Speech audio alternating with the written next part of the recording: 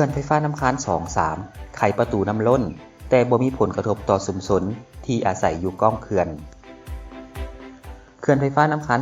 2-3 ได้เปิดประตูระบายน้ำล้นหรือสปิลเวย์เพื่อบริหารจัดการน้ำในอ่างของเขื่อนไฟฟ้าน้ำค้าง2-3 นับแต่วันที่ 6 สิงหาคม ปี 2024 เป็นต้นมา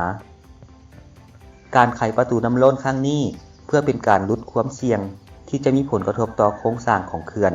และลดพรความเสี่ยงที่จะมีผลกระทบต่อชุมชนที่อาศัยอยู่ก้อมเขื่อนไฟฟ้าน้ำค้าง3มื้อนี้เฮาขอแนะนำทานให้รู้จักกับขบวนการขั้นตอนในการไขประตูน้ำล้นของเขื่อนไฟฟ้าน้ำค้าง3จากการสมเทียบอัตราการไหลของปริมาณน้ำเข้าอ่างและปริมาณน้ำที่ระบายผ่านเครื่องจักรคาดคะเนว่าระดับน้ำจะขึ้นฮอดระดับน้ำเต็มอ่างในวันที่ 6 สิงหาคม ปี 2024ฉะนั้นจึงมีความจำเป็นต้องปล่อยน้ำออกทางประตูน้ำล้นหรือ spillway ด้วยปริมาณ 72.66 เมตรก้อนต่อวินาทีเป็นเวลา 9 วันก็เป็นมาก่อนที่ได้เปิดระบายน้ำในครั้งนี้นั้นยิงใส่ว่าถึงเขาได้มวลน้ำเบื้องต้นก็เป็นเริ่มมาแต่ท้ายเดือนกรกฎาคม ปี 2024พุ่นละอยู่ในระหว่างวันที่21หาวันที่24เดือนกรกฎาคมนั้นได้มีพายุ depression เนาะที่เข้าผ่านทั้งประเทศเวียดนามนั้นแล้วก็ออกมาพัดสู่ทางแขวงหัวพันมาผ่านแขวงเสียงขวางฉะนั้นสายน้ำค้างเฮานี้เนาะคือเขื่อนน้ำค้าง2ก็ได้รับมวลน้ำมาจากแขวงเสียงขวางเฮ็ดให้ระดับน้ำเพิ่มขึ้นอย่างต่อเนื่องและในขณะนั้นเขื่อนไฟฟ้าน้ำค้าง2เฮาก็ได้เพิ่มกำลังการผลิตขึ้นระดับน้ำก็ยังเพิ่มขึ้นอยู่แล้วก็เลยได้ระบายน้ำออกมาสู่น้ำค้าง3เนาะจึงเฮ็ดให้เขื่อนไฟฟ้าน้ำค้าง3เฮานี้มีปริมาณน้ำเพิ่มขึ้นในขณะนั้นน้ำค้าง3เฮาก็ได้เพิ่มการผลิตขึ้นเต็มกำลังเนาะมัน60 เมกะวัตต์แต่ระดับน้ำก็ยังเพิ่มขึ้นอยู่เนื่องจากว่า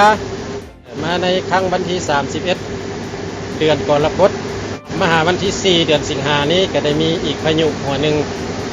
ที่มาพัดผ่านอยู่ทางแขวงภาคเหนือของประเทศลาวเขาที่ลงไปสู่เขตแขวงภาคกลางนั้นฉะนั้นจึงเฮ็ดให้ทั้งเขื่อนไฟฟ้าน้ำค้าง2-3เฮานี่ได้รับปริมาณน้ำเพิ่มขึ้นสำหรับขั้นตอนก่อนจะมีการระบายน้ำแต่ละครั้งเฮาก็อิงใส่ขั้นตอนต่างๆคือเมื่อติดตามสภาพน้ำแล้วมีการคิดไล่เงื่อนไขสภาพตัวจริงแล้วทางเขื่อนก็จะประกอบเอกสารเพื่อขอรายงานหาสำนักงานใหญ่บริษัทผลิตไฟฟ้าลาวมหาชนหรือผฟฟลจากนั้นผฟฟลจึงจะเฮ็ดใบเสนอจากเขื่อนขึ้นไปหากรมคุ้มครองความปลอดภัยพลังงานไฟฟ้าของกระทรวงพลังงานและบ่อแห่ในเมื่อกรมเห็นดีแล้ว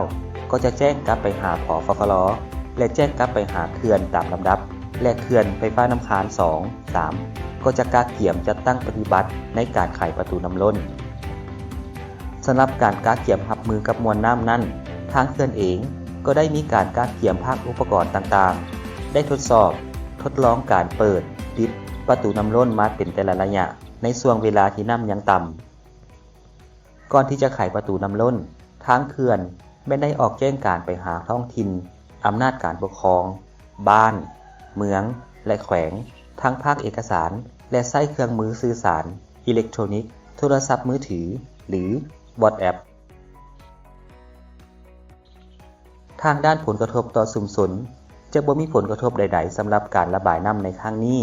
เนื่องจากการระบายน้ำในครั้งนี้เป็นการบริหารน้ำตามปกติและเป็นการพรแห้งดันของน้ำกระทบใส่ตัวเขื่อนในการปล่อยน้ำครั้งนี้นี่ก็เป็นว่าจะบ่แม่นการระบายน้ำแบบภาวะฉุกเฉินอย่างทางนั้นเนาะก็เป็นการระบายน้ำเพื่อเป็นการบริหารจัดการน้